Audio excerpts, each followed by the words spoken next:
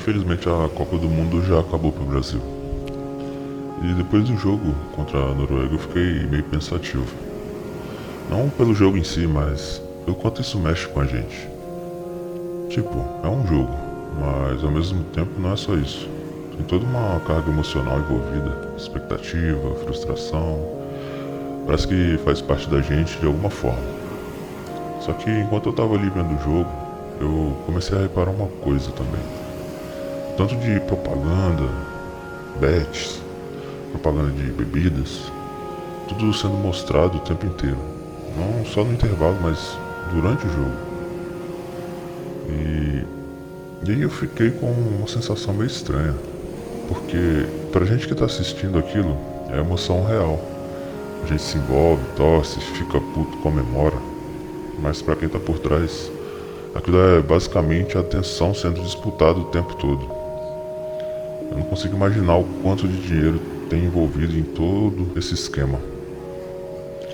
Tipo, enquanto você tá focado no jogo, tem um monte de coisa tentando puxar um pouco da sua atenção junto. E não é nenhuma crítica ao futebol em si, sabe? Porque eu até gosto, faz parte. Mas é mais uma reflexão mesmo, porque no fim o que está sendo disputado ali não é só jogo, é a sua atenção, é o dinheiro. E eu não sei se isso acontece só comigo, mas às vezes eu sinto que a gente se envolve muito com as coisas que não mudam nada na nossa vida. E acaba deixando de lado o que realmente poderia mudar. E eu comecei a pensar nisso de forma mais séria. Porque afinal a vida de todos os jogadores que estão ali já estão garantidas, né? E a gente aqui precisa estar batalhando para ganhar o pão de cada dia. E eu comecei a pensar nisso de forma mais séria. O quanto do meu dia eu estou realmente escolhendo onde colocar minha atenção. E o quanto eu só estou reagindo ao que aparece na minha frente. Porque no final, é isso que vai definir muita coisa. E eu não tô falando para parar de assistir, parar de torcer, nada disso. Mas talvez valha prestar mais atenção em como você distribui isso ao longo do dia.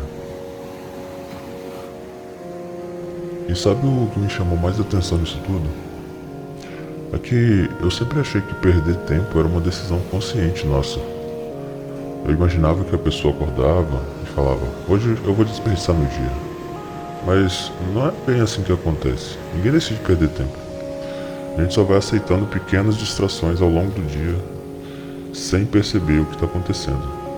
É 5 minutos aqui, 10 minutos ali, um vídeo que leva para o outro, uma notificação que faz você esquecer completamente o que estava fazendo.